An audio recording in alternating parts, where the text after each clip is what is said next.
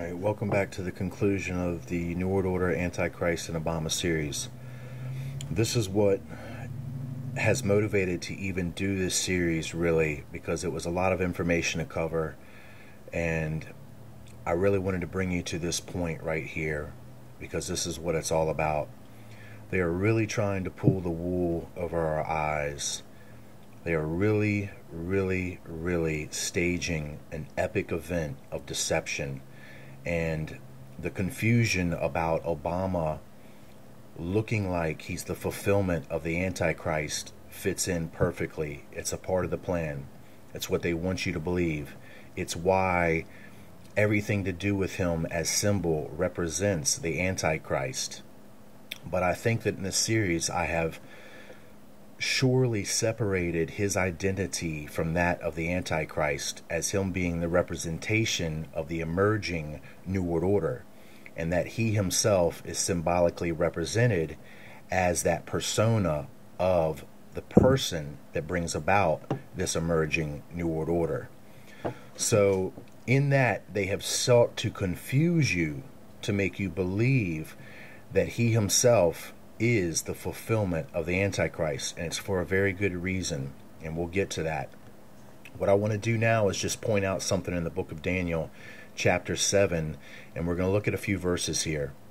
Then I would know the truth of the fourth beast, which was diverse from all the others, exceeding dreadful, whose teeth were of iron, and his nails of brass, which devoured, brake in pieces, and stamped the residue with his feet. Now this fourth beast is the emerging New World Order, which is not yet complete.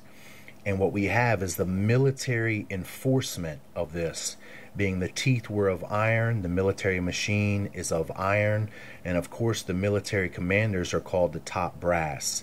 Now Obama is the chief commander, and what is happening is that they are devouring, breaking in pieces, and stamping the residue with their feet, with the feet of this emerging New World Order beast, which Obama represents.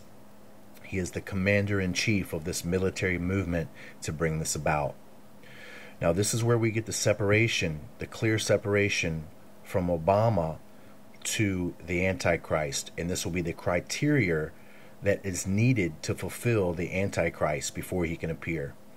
And of the 10 horns that were in his head, and of the other which came up, and before whom 3 fell, even of that horn that had eyes and a mouth that spake very great things, whose look was more stout than his fellows.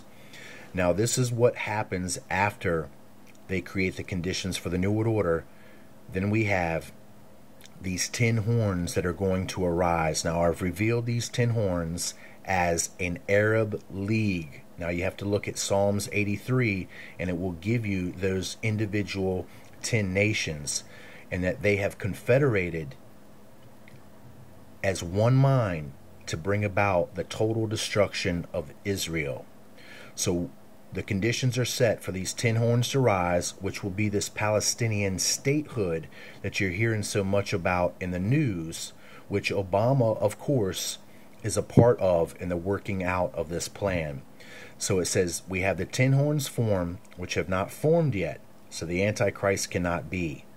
Once the 10 horns form, then we have this other horn that comes up. This will be the Antichrist.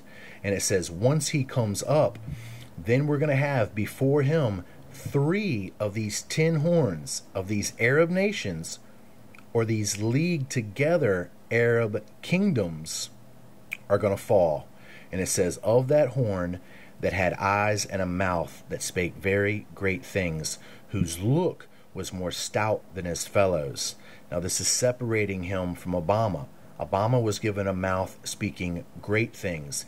This one has a mouth speaking very great things. And then of course his look was more stout than his fellows. Well, you can imagine, remember the way those Sumerian gods were depicted, the Anunnaki, and their physical look.